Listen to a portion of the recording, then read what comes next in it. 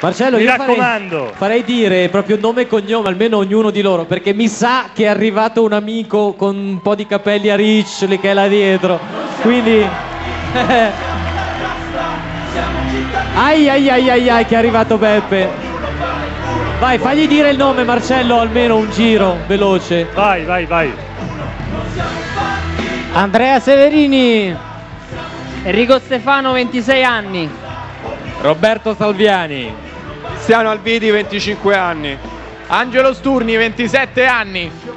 Angelo Diario, 34 anni. Aida Larcinese, non si chiedono età alle donne.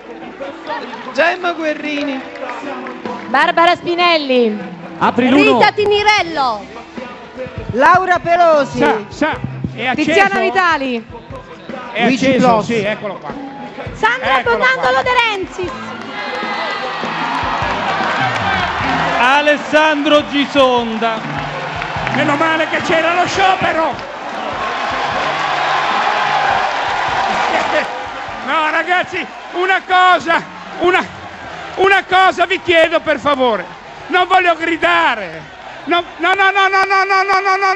Aspetta, dobbiamo andare oltre. Mettete giù le bandiere un attimo, per favore. Andiamo oltre il gridare Beppe, il leader, dai, vai avanti, oh, famoli, vai avanti, fai Ercù, buttali giù. No! Ciao, scusa, non ti ho salutato. Ciao. Allora, dobbiamo andare avanti, questo è un movimento. Questo è un movimento fatto di persone, di programmi. Finché voteremo il leader ci troveremo sempre in queste situazioni. Io voglio piano piano non diventare più il leader, voglio integrarmi con loro, sono loro i veri leader, sono loro le idee di questo paese qua.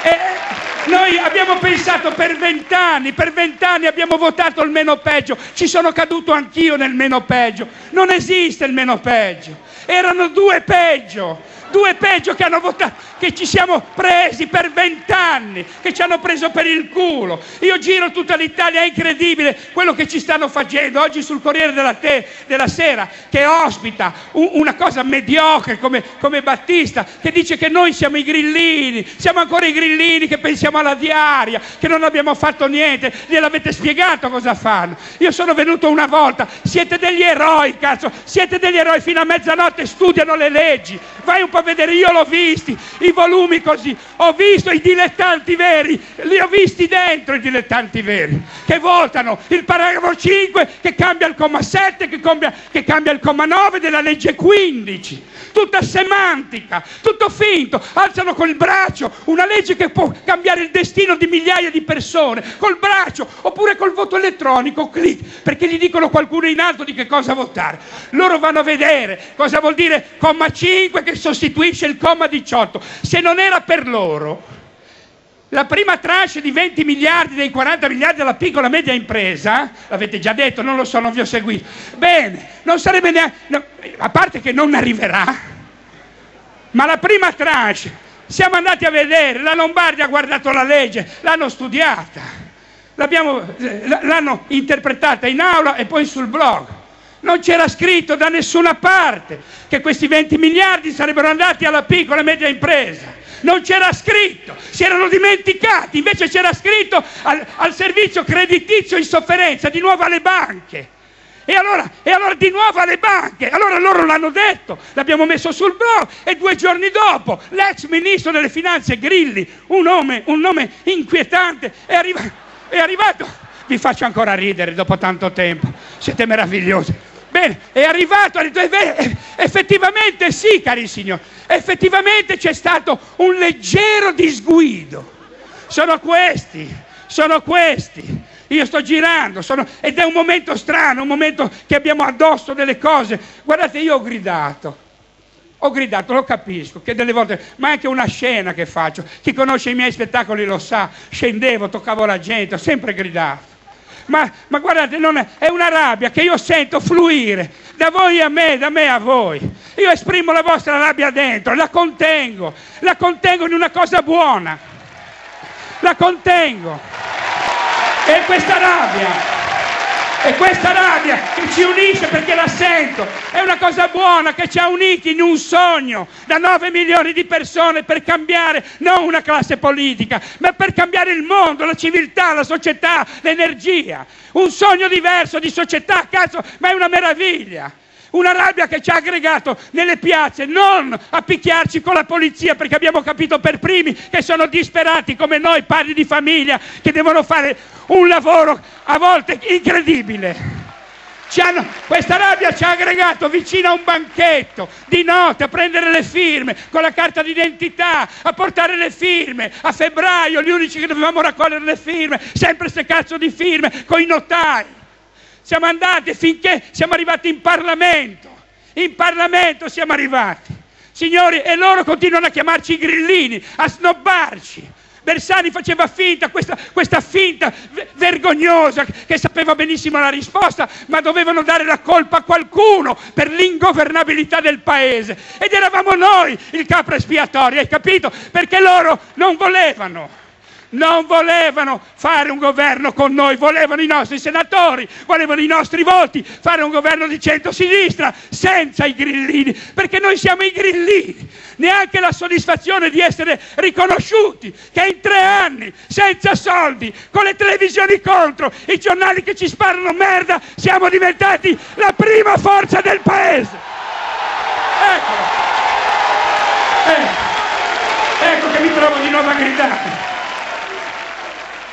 E allora ecco che si avvicinano. Si avvicinano.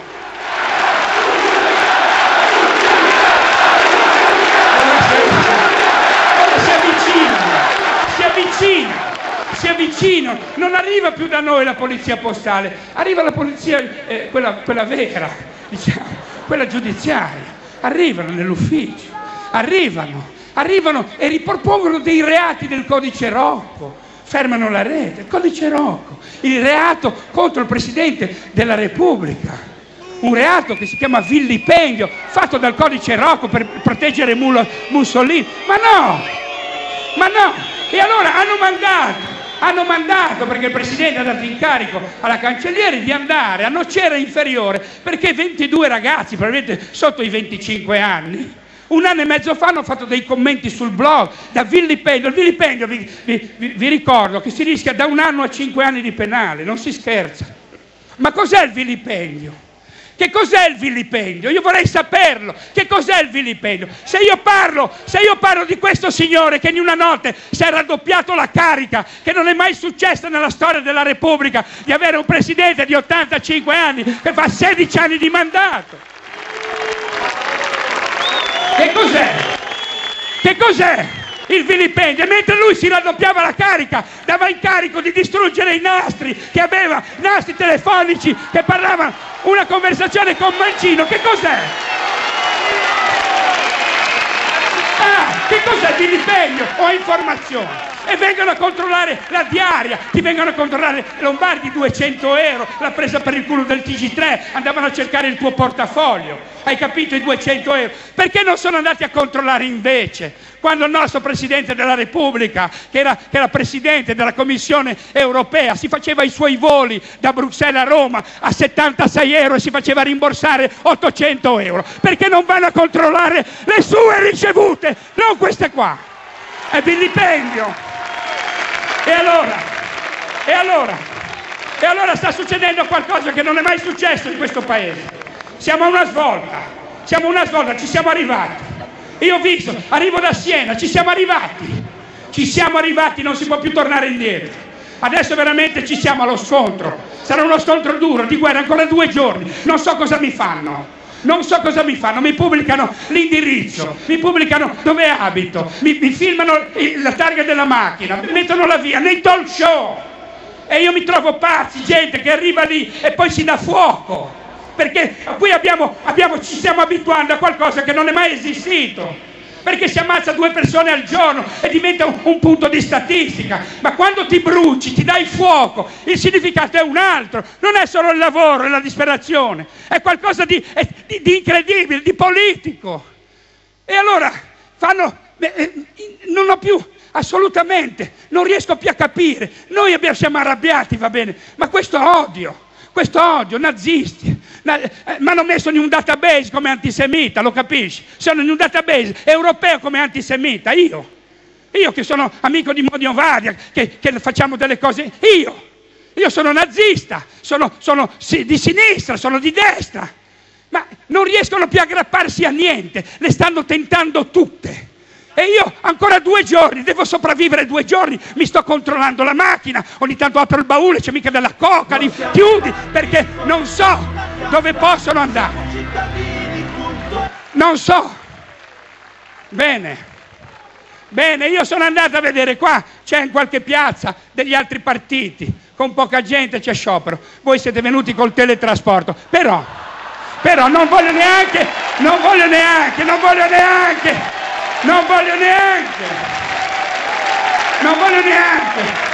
approfittare.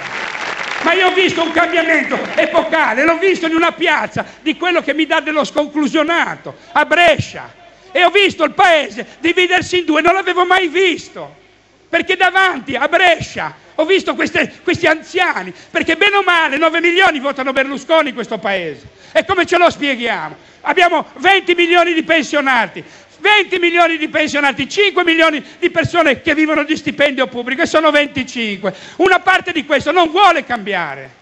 Non vuole, noi vogliamo mandarli a casa tutti, ma loro dicono: ma perché? Io ho una casina, ce n'ho 2, magari con la pensione riesco a sopravvivere, perché ho paura a cambiare. E allora davanti a Berlusconi c'erano questi anziani che lo guardavano, e guardavano un anziano come loro, un anziano, vedevano uno giallognolo, che gli prometteva l'IMU, poi te ne do anche quella di prima, ti ci metto un set di Federer, 2 pentole, ma loro non gli sembrava strano, perché la loro informazione è televisiva, e poi in fondo queste persone un lavoro l'hanno avuto, una pensioncina ce l'hanno, galleggiano, perché incazzarsi? Perché? Ma dietro queste persone c'erano migliaia di giovani a cui hanno segato la vita, lavoro, casa, e devono emigrare. E allora io ho visto una roba che pensavo nella mia vita di non dover vedere mai. Ho visto picchiarsi un uomo di 80 anni con uno di 20. L'avete visto le foto? Le ha prese quello di 20 le ha prese tutte. Mi sono incazzato come bestia. Però lì siamo a 2 generazioni, 2, non c'è dialogo, qui ci stiamo trasformando da una guerra di classe a una guerra di generazioni. Ma è incredibile, sotto i nostri occhi si ammazza la gente, chiude un'impresa al minuto, e questi qui fanno slogan. Questi qui in 2 mesi hanno spostato di 2 mesi l'IMU a settembre, perché sanno già come fare il giochetto. Uno para il culo a Berlusconi para il culo a quello col Monte dei Paschi di Siena, modificano le leggi, vanno in prescrizione.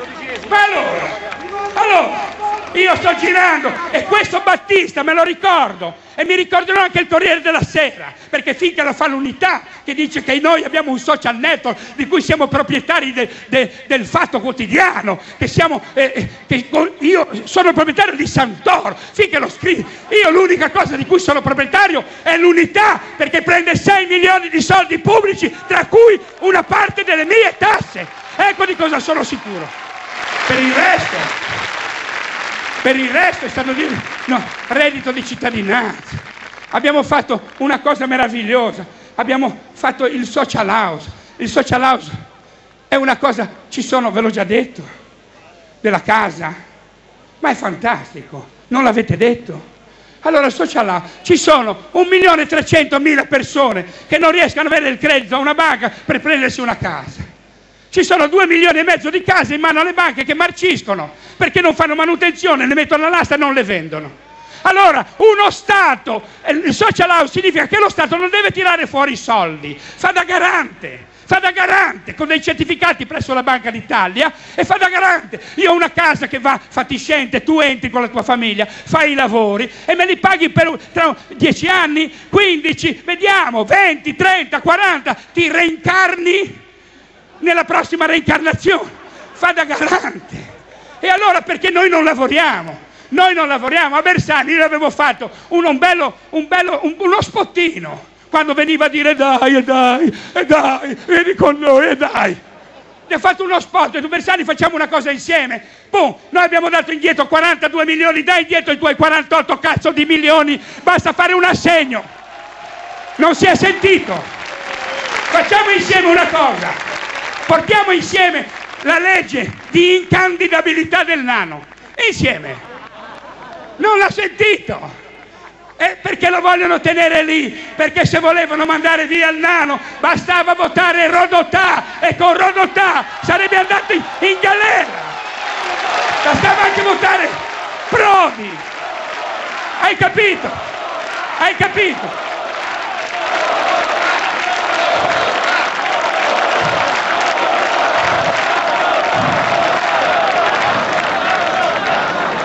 Così. Quanti sono i soldi? Fammi vedere. Questi sono i soldi. Fantastico, fantastico, grazie. Facciamo un applauso a lei che è una meraviglia. La lingua dei soldi. Bene, bene. Abbiamo fatto queste cose, abbiamo fatto le leggi, stiamo facendo, hanno aperto adesso le commissioni, ma noi siamo il 25%, ci hanno messo in un angolo, ci prendono anche per il culo, non possiamo votarcele da soli. Noi facciamo leggi, ci prendono per il culo, andiamo a vedere, hanno una paura fottuta, perché andiamo a vedere i conti, andiamo a vedere i bilanci, andiamo a vedere tutto. Ed è una cosa incredibile quello che sta venendo fuori. Ecco perché facciamo così paura, perché se fossimo come i loro sondaggi al 15, Grillini al 15, se siamo al 15, allora perché la Finocchiaro fa una legge indegna, indecorosa per un paese civile, fa una legge per non farci andare a votare. La sinistra questa è la sinistra. E allora noi che ci vogliono far diventare un partito come loro, prendere i soldi come loro, incanalarci nella loro dubbia mentalità, dubbia fede. Noi siamo un'altra cosa, siamo un movimento dal basso in espansione. Ci sono 1000 comuni che vanno al voto, 200 col Movimento 5 Stelle, il triplo dell'anno scorso. Noi triplichiamo ogni anno dal basso, lo sanno, non hanno scampo. E allora quell'altro, chi è Fioroni? Chi è? Quello di Viterbo, come si chiama? Fioroni, che vuole la mia... No, Fioroni, no Fiorito. È andato dentro il Parlamento con una legge, vuole fare una legge per rendere pubblico i miei guadagni. I miei guadagni, ma i miei guadagni sono pubblici. Il mio 740 è pubblico, vai lì, te lo vai a vedere. È sempre a giugno quando c'è la dichiarazione dei redditi su Panorama, cazzo, in prima pagina. Ero il primo contribuente in Liguria, è libero. Avranno una bella sorpresa, perché i 3 anni, io non voglio farvi pena, ma è 3 anni che io faccio questi spettacoli e non mi date un cazzo di €1. E allora, io mi sono azzerato il guadagno, ma chi se ne frega? Ma se volevo i soldi stavo lì a fare quello che facevo prima, no?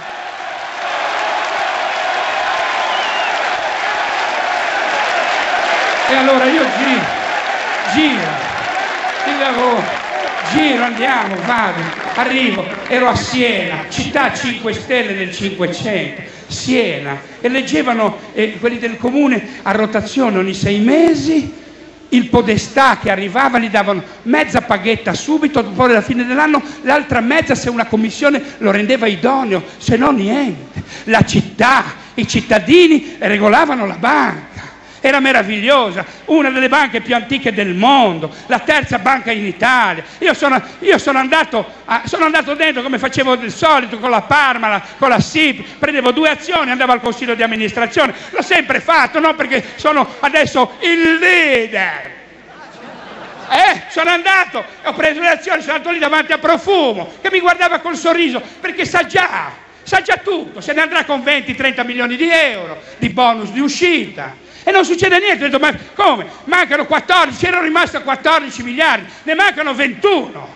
21! Il doppio dello scandalo della Parmalat, il più grande scandalo finanziario.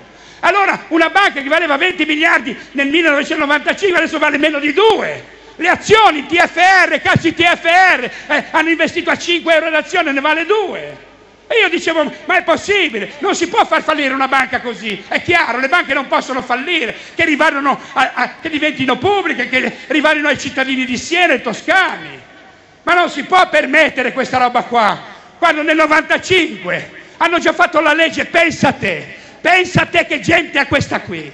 Dunque, dato che gli elementi, le persone che sono dentro la fondazione vengono nominati dai comuni, il comune è rosso, dal 95 c'è una fondazione del PD, allora hanno fatto 15 giorni fa, dato che noi siamo candidati per il sindaco a Siena, hanno già cambiato la legge, hai capito? Hanno cambiato la legge che il comune non può nominare nessuno nella fondazione dei Monte dei Paschi di Siena, hai capito? Delinquono a norma di legge, hai capito che gente è questa qua? Allora, se una legge, io ve lo dico in serenità, se una legge non va bene, va contro la mia natura, va contro un senso di giustizia, io questa legge non la rispetto più. Basta. Perché se fanno una legge razziale, cosa diventiamo tutti razzisti per essere nella norma? E allora, Dio mio, questa gente che gira, guardate come gira. Io sono arrivato, sì, un po' di Digos, ma ha fatto un po' di spazio, ma io giro da solo. Chi se ne frega? Monti, che non se lo caga più nessuno, c'ha 28 persone dietro, 28! Non se lo caga più nessuno, quell'altra va all'Ikea con quelli che portano le sedie smontabili. Ma di che cazzo stiamo parlando?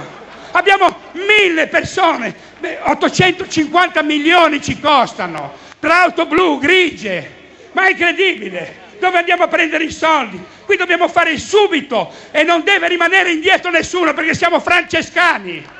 Non deve rimanere indietro, non deve ammazzarsi più nessuno. Dobbiamo fare il reddito di cittadinanza subito. L'abbiamo già messe giù le basi.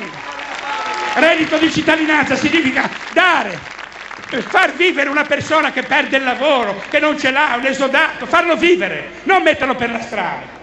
Gli dai uno stipendio, 2 anni, benissimo, 2 anni, 3, non decideremo. Gli dai uno stipendio e poi gli offri 3 lavori. Se non accetta uno dei 3 lavori, gli togli il reddito di cittadinanza. Ma è come in Olanda, come in Australia, come nei posti civili.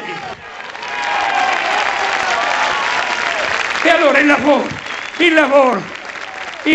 Dio mio, il lavoro. Ha fatto un bellissimo discorso. Dove sei? Dove sei, Matteo?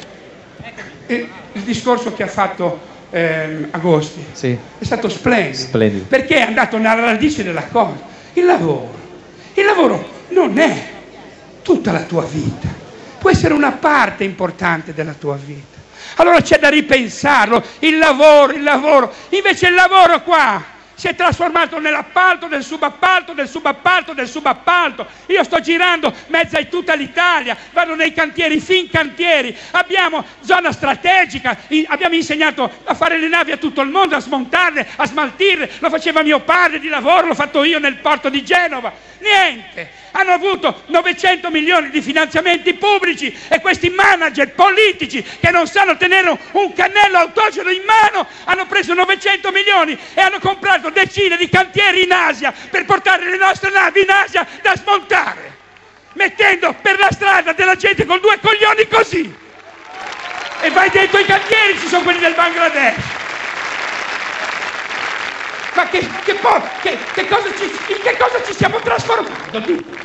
Ma noi siamo gli italiani, siamo quelli del Rinascimento, siamo quelli di Leonardo da Vinci, non di questi dilettanti allo sbaraglio. Sono dei dilettanti che hanno spolpato questo paese e ti sorridono con quelle facce da cazzo dalla televisione per dire che devono fare le loro soluzioni. Ho detto facce da cazzo? Oh. Vabbè, è simbolico. Quanti sono? 20.000. Abbiamo uno streaming. Abbiamo uno streaming di Salvatore con 20.000 persone, perché in questa piazza, ora secondo l'ANSA, poi secondo i giornali saranno 300 o 400, però abbiamo anche 20.000 persone che ci seguono dal mondo. Loro queste tecniche non le sanno.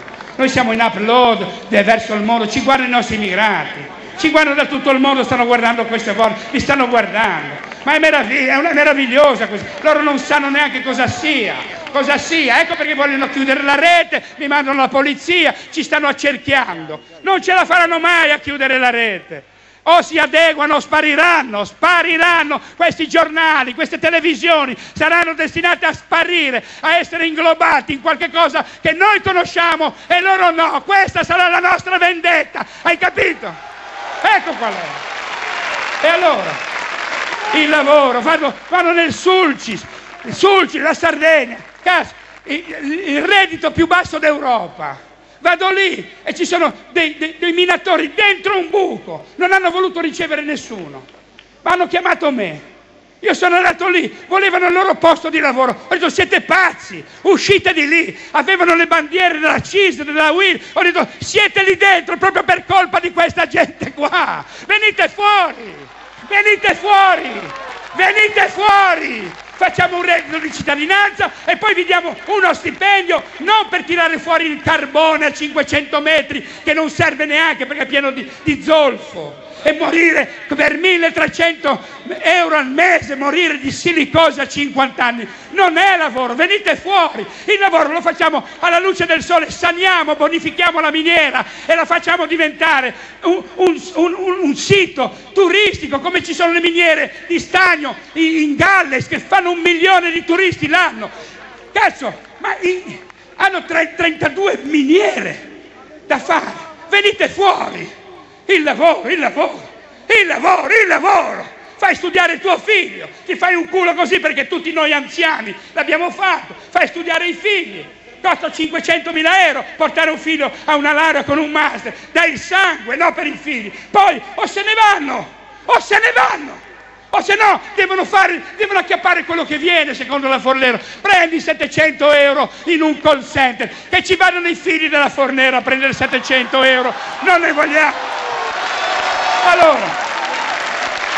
Allora, noi possiamo adattare il reddito di cittadinanza, possiamo fare il tempo pieno breve, con le imposte negative sul salario. Lo sai cosa vuol dire? Bene, vuol dire che c'è gente che guadagna 600-700 euro, non arriva ai minimi tassabili, ma non riesce neanche a vivere. Con 700 euro le commesse, i guardiani notturni, questa gente qua, milioni sono, 700 euro. E allora lo Stato che cosa dovrebbe fare? Con l'imposta negativa sul reddito ti porta al minimo tassabile, ti dà la differenza e poi ti tassa quando arrivi al minimo. Avete mai sentito parlare delle borse di studio civili?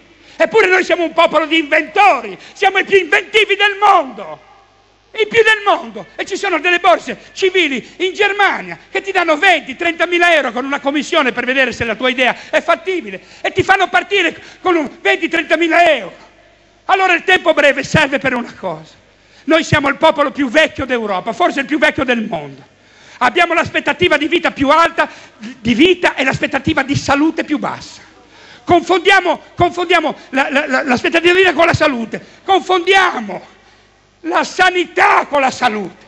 Ogni regione, anche questa, dalla Lombardia, l'80% del PIL è sulla sanità. Ti devi ammalare, così io ti ricovero e parte il PIL, perché il PIL, i farmaci, la salute è un'altra cosa. La salute dipende da due fattori, e questi ignoranti non riescono a capire che se abbassi lo stato sociale delle persone, le persone si ammalano di più. E dipende dal grado di informazione. E noi l'informazione sulla salute la fa Gioia, grazie a chi? Questa Jolie su tutte le riviste. Ma hai paura del tumore? Togliti i seni. Ma è incredibile. Secondo me è incredibile. Poi deve decidere la donna, ma deve avere le informazioni.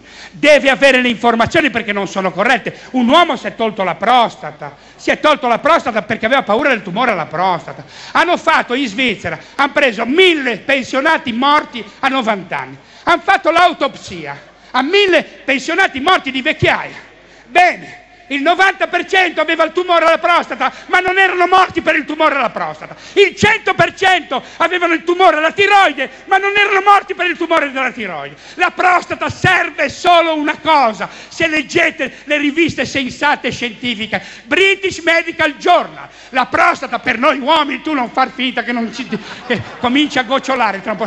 Allora, La prostata, per curarla, l'unica cosa, scusate la volgarità, bisogna trombare. Hai capito? Lo dice il British Medical Journal. Sì, o se no fai altre cose. Ci vogliono 21. Come l'hai fatto quello? Come l'hai fatto? Come no? Grande. E li trombano anche i sordi. Sono mica rincoglioniti, sono al solito, sono mica scesi. Allora, il British Medical Journal dice 21 eiaculazioni al mese. Io sono a 18, quindi 21. Far funzionare la prostata, quindi ci vogliono le informazioni. Il rapporto medico-paziente è cambiato. Vai nei pronti soccorsi, ci sono gli avvocati fuori, i medici hanno paura, si fanno le assicurazioni, poi vincono le cause, ma devono pagare poi gli avvocati. E se c'è un caso strano depistano. E allora, vedi, fanno fare analisi, e la sanità cresce, perché il 50% delle TAC sono inutili, il 40% delle risonanze magnetiche sono inutili, non parliamo degli esami del sangue, l'emoglobina fai 20 esami. Signori, c'è da razionalizzare le cose. Al pronto soccorso chi ci va? Ci va quello che non trova il medico di base per una cazzata, l'80% per una cazzata. E allora perché il medico di base non apre l'ufficio dentro il pronto soccorso e si prende questi che non hanno un cazzo? Ma vi sembrano stronzate queste? Sì. Allora, voglio dire, abbiamo bisogno di salvare le imprese, piccole e medie imprese. Abbiamo bisogno, ne chiude una al giorno. Signori, questo Squinzi ha detto: siamo sull'orlo del precipizio. Non siamo sull'orlo del precipizio, l'abbiamo già oltrepassato e siamo come Willy il coyote. Siamo nel vuoto, ma non guardiamo giù. Perché 5 punti di produzione industriale in meno vuol dire 4 punti di PIL in meno, e 4 punti di PIL in meno voglio dire nei prossimi mesi 4 milioni di disoccupati in più. Signori, qui il discorso è che se prendiamo delle scelte qua, le dobbiamo prendere in Europa, non c'è via di scampo, non ce la fai. Noi siamo il terzo, noi finanziamo, siamo il terzo finanziatore dell'Europa, gli diamo 15 miliardi di euro all'anno, avremo diritto a discutere, gli diamo 15 miliardi, è un terzo del bilancio dell'Unione Europea, va a finanziare petrolio, cemento, camion, ipermercati e basta. Sono degli anni 70, fanno i grattacieli in Australia col bambù, col legno, Renzo Piano col legno, e noi ancora col cemento, il Caltagirone, il cemento, il calcestruzzo. Non hanno un'idea di merda che non derivi da quello. E allora un terzo del bilancio va nell'agricoltura, un terzo in agricoltura. Io arrivo in Sicilia, vedo le arance siciliane, non riesco a trovarle, trovo quelle tunisine che arrivano dalla Spagna. Vado a Mazara del Vallo con i pescatori, sono disperati perché devono usare le reti con la maglia larga, perché gli impone l'Unione Europea, però devono pescare il gamberetto fa dei carpiati lì dentro. Il tonno non possono toccarlo, ma arrivano dei pescherecci come delle portaerei giapponesi che lo portano via. Ho visto estirpare e prendere 1.800 euro ad ettaro, estirpare il più buon vino del mondo che abbiamo noi per piantare vigneti francesi. Ma di che cazzo stiamo parlando? Abbiamo il Made in Italy che ce lo guardano da tutto il mondo. È una roba incredibile, il Made in Italy mezzo finto. Apriamo inceneritori in mezzo al parmigiano reggiano, ma che cazzo stiamo facendo?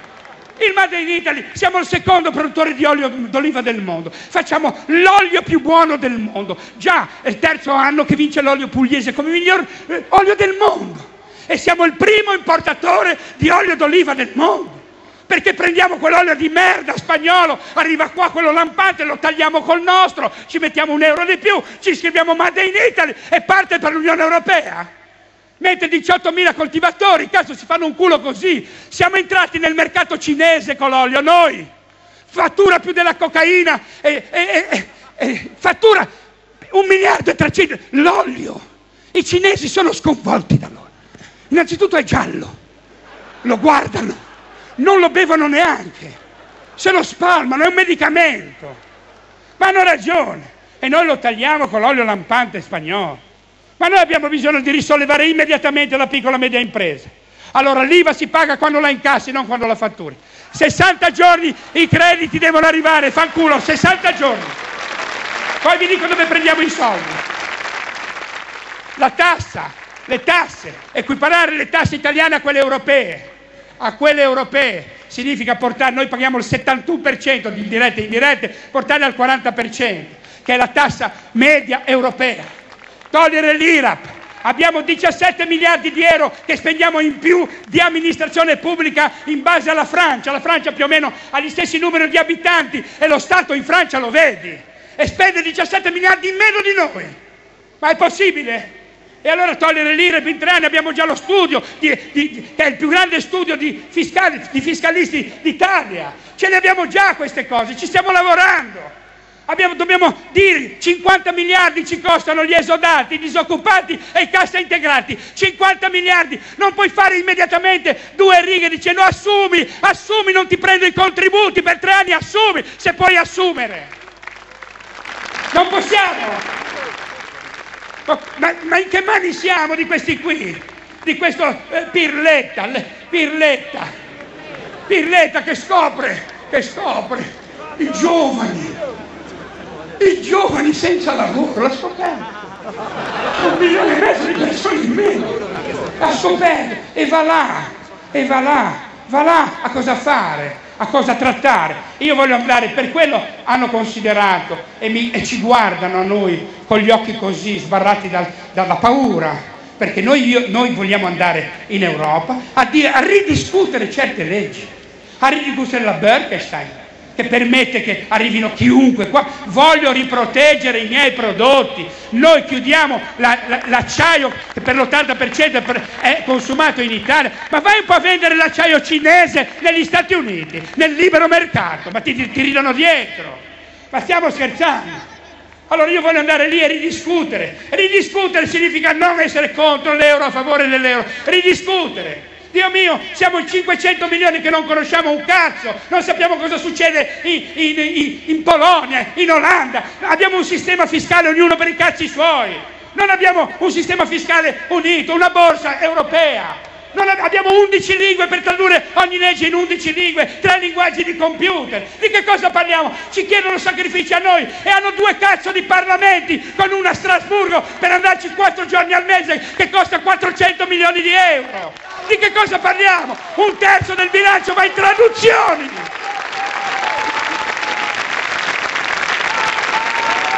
Ci riprendiamo in mano il paese, ce lo riprendiamo, siamo costretti. Guarda che io non me lo sarei mai aspettato di fare queste cose qua. Ma che cazzo me l'ha fatto fare?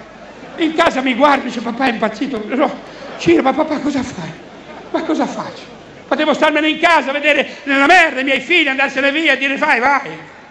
E mi sono messo così, ho detto diamo una mano, perché adesso siamo arrivati, ci stiamo arrivando cari signori. No, monumento niente, il monumento è vostro che siete qua e la battaglia la facciamo insieme. E ognuno deve dare qualcosa, ognuno di voi. Ecco perché questo non è più un movimento, ve lo giuro, è diventato qualche altra cosa. Qui c'è un flusso che gira di affetto, non è un movimento violento, ed è questo movimento si è tramutato in una comunità, non li vedete? I parlamentari insieme ai consiglieri, insieme ai piccoli, a chi cazzo sei tu? Non lo so, ai pensionati. Siamo una comunità. Io sono sceso da quel furgone lì, sto girando l'Italia dentro un cassetto, mi hanno regalato anche un'anguria che quando sposto viaggiamo, tieni l'anguria, però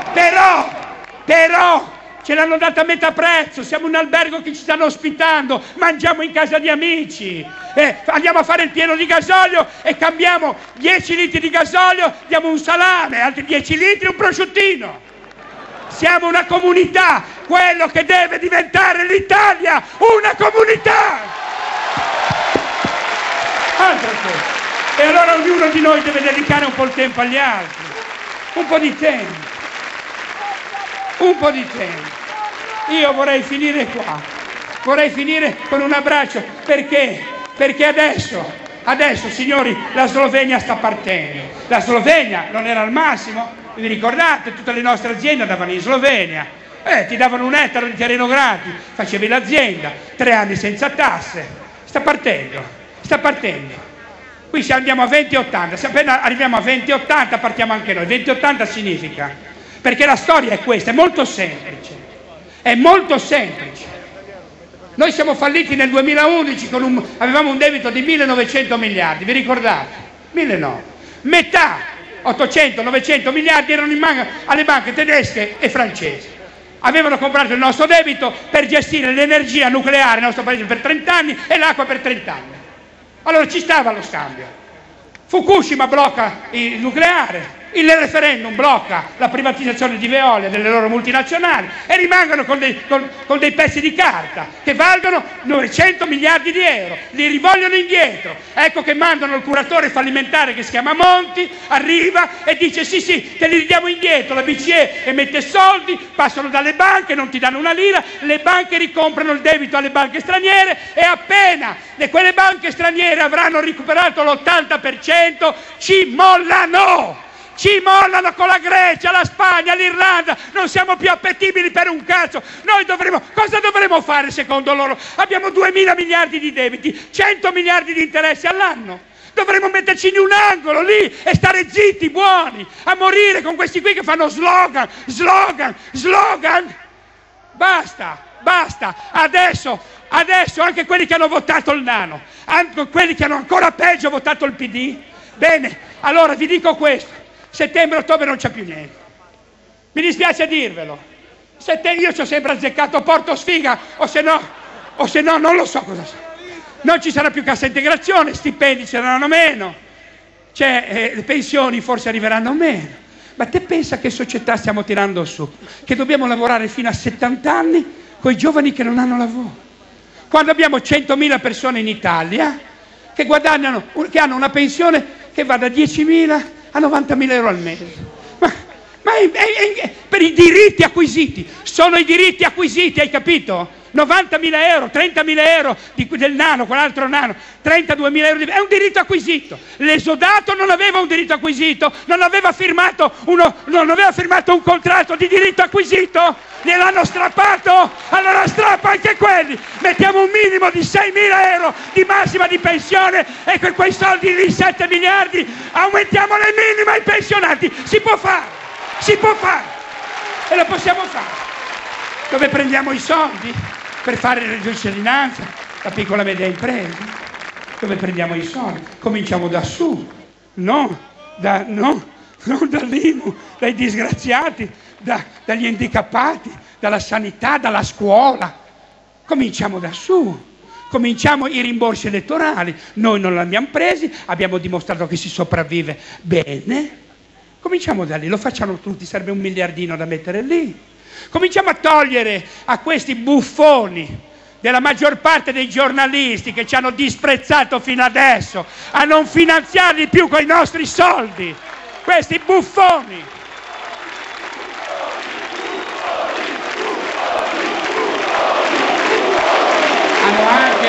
Hanno anche l'albo.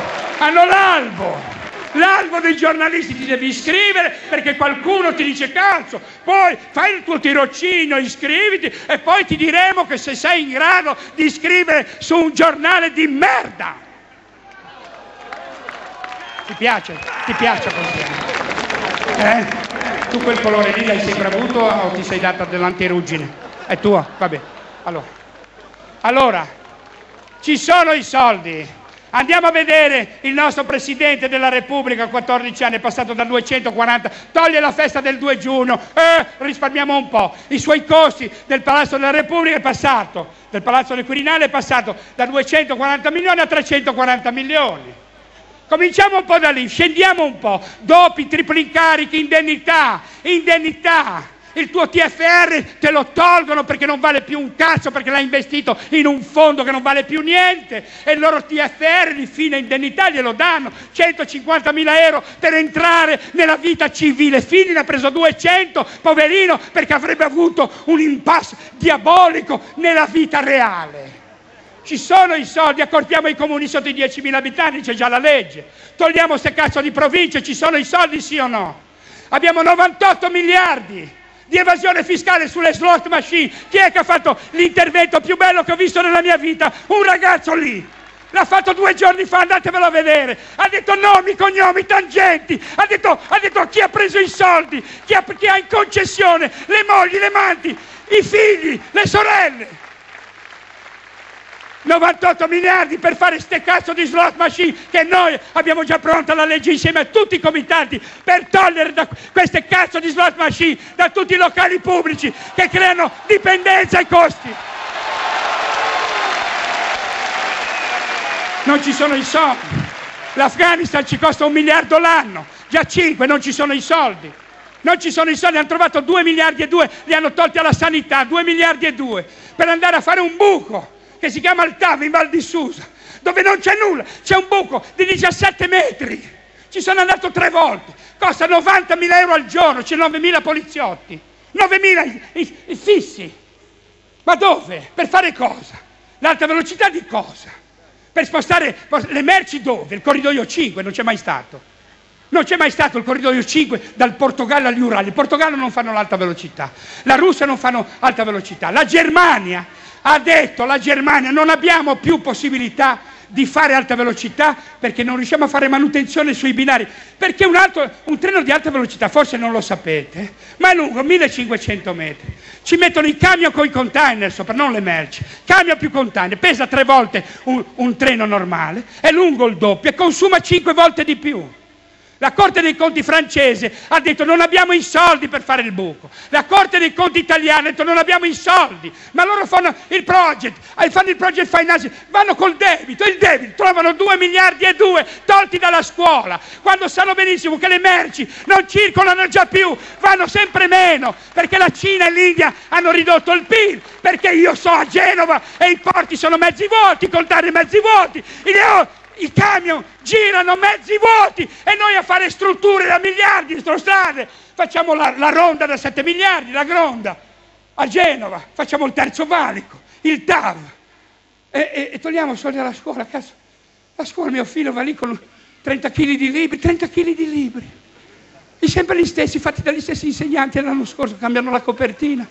Cazzo, vai in Francia, c'hanno l'iPad affittato a €1 al giorno. L'iPad, li portano nel mondo, le lavagne elettroniche. Ma Dio mio, ma stiamo crescendo dei ragazzi, dovresti mettere l'inglese all'asilo, dove avevamo i migliori asili del mondo, la migliore scuola del mondo, e siamo dei frustrati del cazzo. Ma basta! La scuola pubblica con i soldi pubblici, noi siamo i conservatori, no? Vogliamo la sanità pubblica, l'acqua pubblica e la scuola pubblica. Che cazzo di rivoluzionari siamo?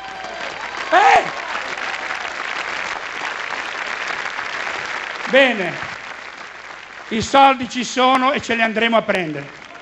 Ce li andremo a prendere sullo scudo fiscale, perché uno Stato deve esserci. Noi non abbiamo lo Stato qua. Non abbiamo lo Stato, abbiamo 350.000 leggi. Abbiamo la burocrazia che ha sostituito la democrazia, le parole, la semantica. Hanno messo ministro dell'economia un banchiere, Saccomanni, che aveva il compito di vigilare sul più grande scandalo finanziario degli ultimi 50 anni, e gli è passato sotto il culo a Monte dei Paschi. Gli è passato sotto il culo l'Unipol, che da 40 euro è andata a 2 euro. È lì ministro dell'economia, perché confondono ancora l'economia con la finanza. Lo spread, quanto ce l'hanno menato con sto spread? 6 mesi, 1 anno lo spread, adesso non lo caga più nessuno. Perché confondiamo l'economia con la finanza? L'economia è un'altra cosa. L'economia è fare le cose, farle. L'economia ti deve dire fra 10 anni che cosa fare, con che tipo di energia, con che tipo di materiali, con quante ore di lavoro. Passare dal petrolio alle rinnovabili ci metteremo 10 anni, ma i posti di lavoro saranno lì. E noi continuiamo a fare buchi, fracking, gas. Siamo il più grande hub di gas d'Europa, hub di gas, passaggio di gas. Non abbiamo bisogno di gas. Lo comprano in estate, lo buttano a 5.000 metri, causano la concausa dei terremoti, questi cazzo di buchi. L'hanno sperimentati già. Non sono fantasie di un comico. Buttano dentro a 5.000 metri del gas che comprano in estate che costa un cazzo e lo rivendono in inverno a che costa di più. E noi non sappiamo nulla e abbiamo sotto il culo 3, 4, 5 miliardi di metri cubi di gas. Ma è questo che vogliamo. Io voglio introdurre Roma. Forse non ce la faremo. Forse voterete sempre gli stessi. Forse siete così. No. Forse è così. Ma anche se non, vedi, anche se non sarei eletto sindaco, non te la prendere, sarà un grande successo, perché metteremo magari 7, 8, 10 consiglieri dentro e sarà una grande vittoria mettere dei consiglieri dentro. Apriremo il comune di Roma, vi faremo vedere i conti, faremo i bilanci partecipativi, andremo quartiere per quartiere a sentire cosa vuole la gente. Faremo i referendum senza quorum propositivi da mettere nella nostra Costituzione. Io voglio che i cittadini abbiano degli strumenti per decidere la loro vita, non stare lì passivamente. E questa è la dittatura, Matteo, è questa la dittatura. Non è sopprimere, soggiogare un popolo. Non è quella la dittatura. Fargli schiavi, non è quella la dittatura. La dittatura vera è farli scomparire i cittadini, quello che siamo noi, scomparsi, e riappariremo a settembre, ottobre, perché saranno lì le elezioni e finalmente ce la giocheremo in due, il buono e il cattivo, i buoni e i cattivi, basta finti buoni e finti cattivi, vaffanculo, i buoni e i cattivi, e come Highlander alla fine ne rimarrà uno! Grazie a tutti! Grazie! Primo ortaggio! Grazie! Oh, a Grillo, dai, a Grillo! A Grillo! Grazie a tutti! Vai con la sigla, avete già parlato tutti. Bene, se fate il miracolo qua è finita. Se può fare. Ciao a tutti, grazie con la sigla. Ce l'abbiamo la sigla? Andate un po' a Piazza San Giovanni che non c'è un cazzo di nessuno, fatemi la festa. Ciao, grazie.